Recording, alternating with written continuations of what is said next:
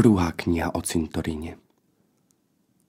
Ja som teraz spisovateľom už druhýkrát, lebo ja som sa už raz stal spisovateľom. Vtedy som napísal prvú knihu o cintoríne. Dnes som sa stal zase spisovateľom, lebo prší. A vtedy nezbieram kartóny, lebo prší. Najvážnejšia vec je ale to, že mám vozík v opravovni, lebo sa mi odlomilo spätné zrkadlo. A to ja neviem, lebo na to treba stroje a iné. A ja to neviem, lebo to nemám. Ešte nikdy v živote sa mi neodlomilo spätné zrkadlo, lebo ja mám vozík už 28 rokov, lebo ja som pracovitý a mňa si ľudia vážia, lebo som pracovitý. Opravovňa je na ostrove a má stroje. A ten, čo je opravovač a má stroje, sa volá Bož Mojš Ján. A on je taký, že keď povie, že sa volá Bož Mojš Ján, tak to nepovie, ale to zaspieva, že Bož Mojš Ján. Zaspieva to s melódiou, že Bož Mojš Ján. A inak je to pracovitý človek. Áno. A ľudia si ho vážia, lebo on má jedného syna, ktorý je taký chorý, že má elipsiu. A Bož Mojš Ján sa o neho musí starať, lebo elipsia je taká choroba, o ktorú sa treba starať. Jeho syn sa volá Bož Mojš Ján mladší. Mám ich v zošite. Lebo ja mám 3 zošity. Jeden sa volá krstné mená, druhý sa volá priezviska a tretí sa volá zomrelý.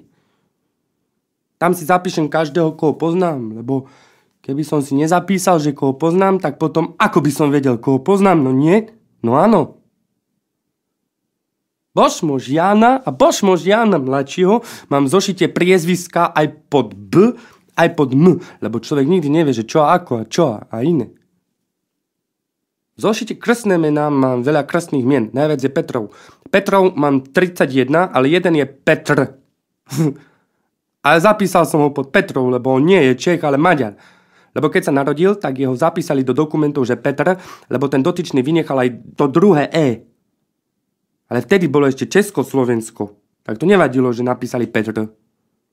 Teraz by to vadilo. A bolo by z toho popoťahovaný, lebo po slovensky je Peter. Alebo by to muselo opraviť. Lebo to je povinné. Vtedy je najlepšie stať sa spisovateľom, keď prší, lebo vtedy aj tak nezbieram kartóny, lebo vtedy sprostý krkan z Berny neberie, lebo sú mokré, ale iným berie. Aj keď sú mokré, krkan sprostý. Iným berie, napríklad tej cigánskej potkanke Angelike Idesovej. Tej berie, aj keď má mokré. Ale ja viem, čo je vo veci. To je vo veci, že keď príde potkanka Angelika Idesová, tak napíše papierik, že hneď prídem a hneď nepríde, lebo on sa tam zavrie v kancelárii s potkankou Angelikou Idesovou a robí s ňou pohlavné veci. Preto jej berie aj mokré. A mne nechce brať mokré, tak nech neberie, veď uvidí. Bude povedaný a ohľadom toho bude popoťahovaný. Ale mne je to jedno, ja som pracovitý a vždy si nájdem aj inú robotu, napríklad som spisovateľ. Byť spisovateľom je preto veľmi ťažké, lebo z toho boli ruka. Lenže mne to bolo predvídané, že napíše knihu o cintoríne. Mne to predvídal starý Gusto Rúhe, že napíše knihu o cintoríne. Ale on je alkoholik, lebo sa živí alkoholom a strašne smrdí, lebo sa často pomočí a iné. Sedí stále pred pohostinstvom pri stanici a močí do kvetinovej výzdoby. A keď predvída, tak pľuje, chrchle a grgá. Lebo on si myslí, že je to tak pri predvídaní povinné. Starý Gusto Rúhej predvída takto. Predvída ohľadom adulára. Adulár je kameň, ktorý je žltý a skoro priesvitný, lebo cez adulár vidno. Volá sa adulár. Ja ho nemám zapísaného v zošite priezviska, lebo on je kameň a ani neviem, či sa tak naozaj volá, alebo si to len starý Gusto Rúhe vymyslel. Je studený. Potom ten, čo mu predvída, musí držať adulár tak dlho, až sa zohreje. Potom, keď sa zohreje tak, že je zohriatý, dá ho starému Gustovi Rúhemu. Potom všelijako grgá a iné a napíše školskou kriedou na asfalt predvídanie. Mne napísal toto, že napíše knihu o cintoríne. Lenže starý Gusto Rúhe je alkoholik a za alkohol by napísal všetky debilniny na svete, aby mu ľudia uverili, že predvídá, aby mu zaplatili alkoholický nápoj, lebo on je alkoholik, hoci je nezdravý a škodí orgánom. Ja som mu dal za predvídanie čokoládu, ktorá sa volá mačacie jazyčky. Ale starý Gusto Rúhe sa strašne rozčúlil a začal vykrikovať, že bude na mňa zlé, tak som sa zľakol, lebo aj keď si starý Gusto Rúhe len vymýšľa, tak to sa v naozajstnosti stalo, že začaroval Erika Raka. Keď toto dopíšem, tak napíšem, ako začaroval Erika Raka. Erika Raka začaroval veľmi. Tak som radšej kúpil štamprlík alkoholického nápoja.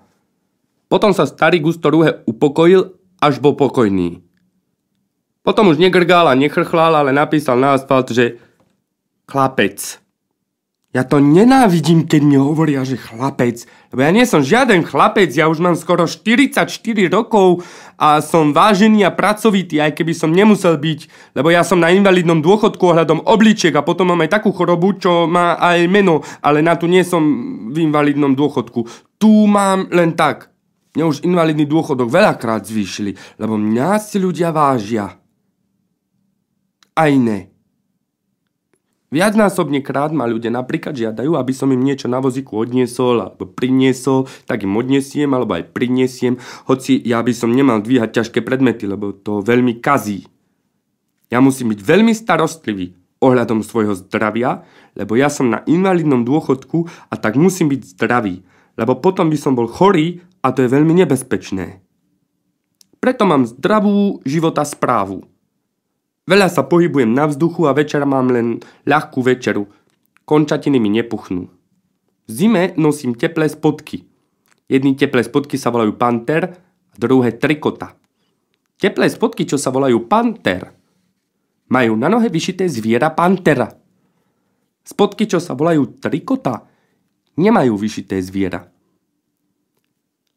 Ťažké predmety si ale musia vyložiť sami, lebo ja to mám povinne zakázané, aj keď ma o to ľudia prosia. Keď bola komunistická strana, tak som skoro iba ja sám v Komárne nosil predmety, ale odkedy komunistická strana odišla, tak aj niektoré obchody nosia predmety. Ale voľakedy som bol iba ja jediný. A ešte niektorí. Aj preto niektorí hovoria, že chlapec, lebo ja nie som veľmi veľký, lebo som veľmi nenarastol, lebo ja mám takú chorobu, čo má aj meno a pri ktorej sa ani neholí a nerastie. Lenže na čo by som rástol, keď ja mám už skoro 44 rokov a vtedy už nerastie nikto na svete, no nie? No áno. Ale aj keď som nenarástol ako iní na svete, aj tak som skladal za celú triedu pionierský sľub. Lebo ja som bol úplne normálny, aj som.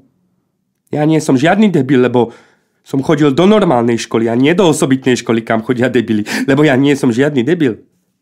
Preto som skladal pionierský sľub. Pionierský sľub je krásny.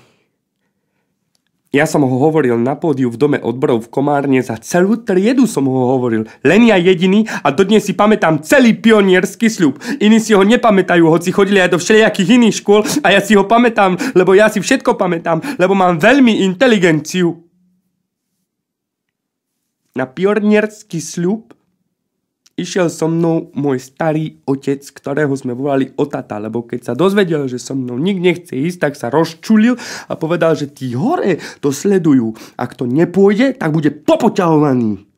Tak so mnou išiel, aby nebol popoťahovaný. Keď sa skončil pionierský sľub, tak sme išli do cukrárne s RSDR Gunárom Karolom a Darinkou Gunárovou. Včera som videl Darinku Gunárovú. Do cukrárne nás pozval Otata, lebo ja som hovoril pionierský sľub. A to bola veľká vec. A tak sme išli do cukrárne a jedli sme tam všelijaké malinovky a zákusky. Lenže v tom bol najvážnejší problém, že ja som dostal takú pionierskú šatku, čo nebola riadne červená, skôr taká oranžová, ale sa nekrčila a na rohoch sa nestrapkala. Len bola iná ako všetky ostatné v triede. Ja ju mám zabalenú v servítke a aj v krabici a Veľa na to niekedy myslím. Prečo nebola riadne červená, ale skôr oranžová? Lenže ju zase nebolo treba žehliť. Len nebola ako iné pionierské šatky na svete. Mne povedala o mama, že ja chcem, že mi ušije takú pionierskú šatku, čo je riadne červená a aj sa krčí a strapká sa na rohoch. Ale ja som sa zľakol, že o mama chce urobiť také, čo je zakázané, lebo to sa veľmi nesmelo, aby si ľudia len tak šili pionierské šatky, lebo potom by si každý mohol ušiť pionierskú šatku, aj dve, a nebol by v tom poriadok, lebo potom by si mohol aj ten ušiť pionierskú šatku, ktorý vôbec v živote nebol pionier, a aj ten by mohol mať pionierskú šatku a to by bola hotová katastrofa. Lenže o mama bola pánsky krajčír. Ohľadom toho si myslela, že má povolené šiť pionierské šatky. My sme starých rodičov volali o mama a o tata, ale len doma, lebo by to bolo čudné, keby sme ju volali o mama a o tata pred ľuďmi. Lebo ja nepoznám nikoho iného na svete, ani v Komárne, kto by sa volal o mama alebo o tata. Lebo to je nemecké a my sme slovenskí. Takže ani o mama a o tata neboli nemeckí. Aj oni boli slovenskí. Len o mamina stará mama bola Maďarka a volala sa Čonka Ester. To sa nikomu nepáčilo. Ani mne sa to nepáčilo. O mama čítala nemecké detektívky. A ešte k tomu po nemecky. Lenže si ich musela baliť do novín, lebo sa o tata bál, že by z toho mohlo byť zlé, lebo detektívky boli od jednej, čo odišla emigrovať do Nemecka. Volali sa Alan Wilton. Boli v časopisoch. Mali aj obálky. Na obálkach boli všelijaké fotografie so všelijakými ľuďmi. Ja som sa na fotografie díval, kým o tata neprikázal, že musia byť zabalené do novín ohľadom neviditeľnosti. O mama mi vždy rozprávala, čo práve robí Alan Wilton, lebo on bol detektív. Mal som ho veľmi rád, lebo vždy všetko vyriešil a bol aj veľmi skromný. Najskromnejší bol vždy ohľadom žien. Niekedy boli fotografie farebné. Lenže ja som im ani vtedy nerozumel, lebo ja po nemecky neviem. Bo ja také hlúposti nemám čas. Ja viem po slovensky, lebo ja som slovenský, a po maďarsky, lebo som sa naučil. Lebo ja mám veľmi inteligenciu. Aj keď by sa to nemalo, lebo toto je na Slovensku. Ale po nemecky viem všelijaké vety a o mama ma naučila aj jednu pesničku, ktorá je po nemecky a spieva sa ako Sedí mucha na stene, ale nie je o tom, že sedí mucha na stene, ale o jednom, čo sa volá Augustín. Pesnička je takáto, že O du lieber Augustin, Augustin, Augustin. O du lieber Augustin, alles ist hin.